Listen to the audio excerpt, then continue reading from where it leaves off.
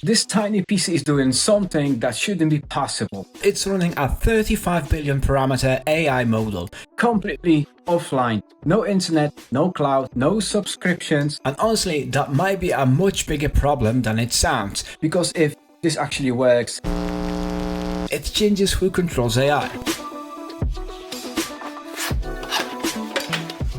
Inside, very straightforward.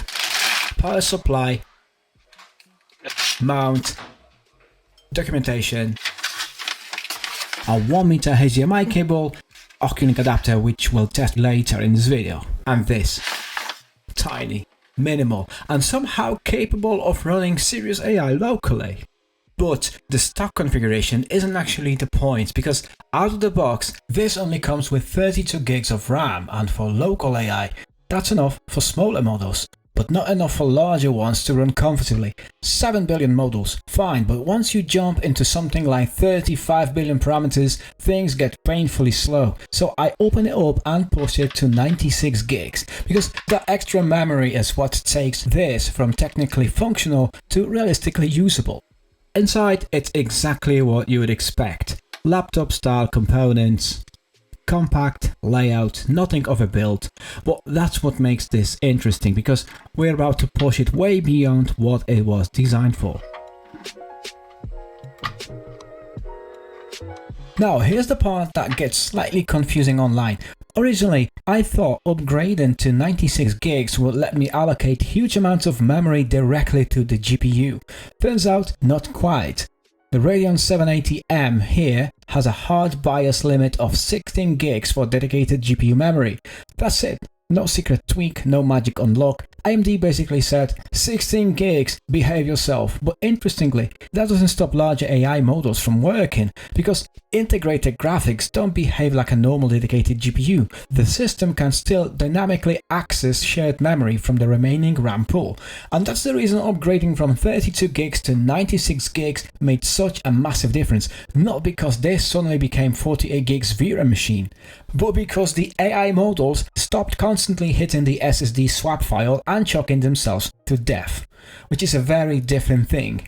So now we tested properly, we killed the internet completely. No Wi-Fi, no Ethernet, no backup. If this fails here, the entire idea falls apart, because cloud AI needs connection, needs servers, needs everything outside your control. But here, everything runs locally. This is a 35 billion parameter model. Normally, you would expect this to run a proper GPU setup, or at least something much bigger than this. But here, it's loaded entirely into local memory on this. Basic prompt, it responds. No delay from a server, just the machine working through it. And this is happening completely offline. Now, something more useful. Summarizing a large document, structuring output, actual productivity tasks. And it keeps up. Then, the real test. Long prompt, heavy context. This is where most systems start to struggle. And yeah, you feel it slowed down, but it doesn't stop, it works through it and keeps going. And that's the key thing here. No speed, consistency.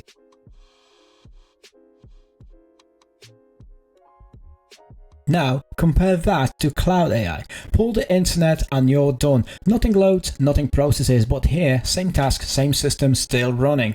And this is where the conversation changes, because suddenly this isn't just about performance anymore. It's about control. Who owns the system, who owns the processing, and who owns the data. And once local AI becomes good enough, that becomes a very different discussion.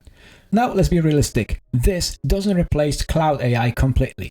Big models, still slower. Complex reasoning, still behind top tier cloud system. And setup, definitely not beginner friendly. This takes patience and realistically a bit of nerd energy. To make this work, we're using quantized AI models through Ollama.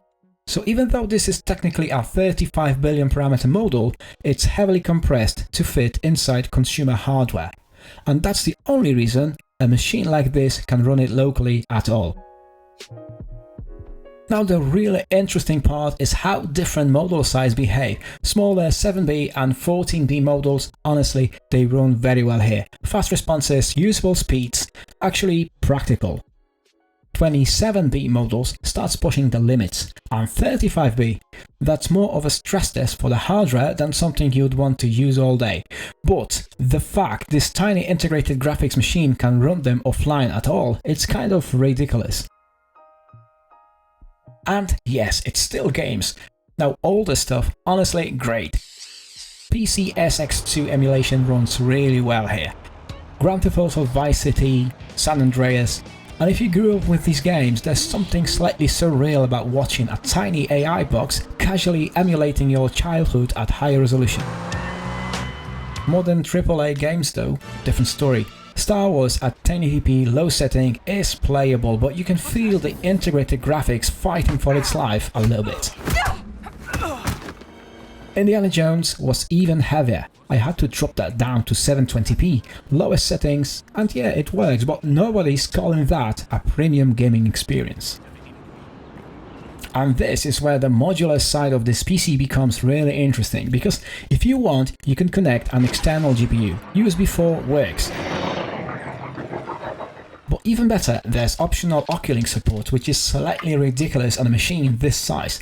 The catch though, the OCuLink adapter takes over the second M2 slot internally, so you're basically choosing extra SSD storage or absurd desktop GPU performance. Because once I connected an RTX 5080 externally, this thing turned into a completely different machine. Star Wars in 2K Ultra settings suddenly runs smoothly without sounding like the hardware is negotiating with death. And at that point, you stop looking at this like a normal mini PC, it becomes more like a modular computing platform. Small AI workstation 1 minute, high-end gaming system the next, which honestly feels a bit unfair for something this size.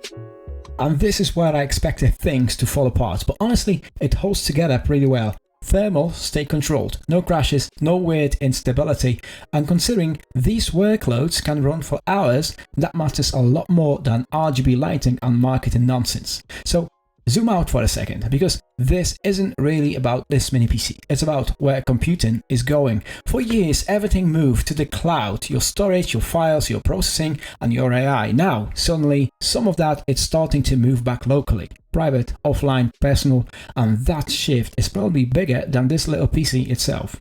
So no, this doesn't replace ChatGPT, but does it replace enough to generally matter? Yeah, I think it does, because once a tiny machine like this can run capable AI models completely offline, you stop asking, can local AI work? And start asking, how much of the cloud do we actually still need? Agree, disagree, hit me in the comments. And while you're here, don't forget to subscribe.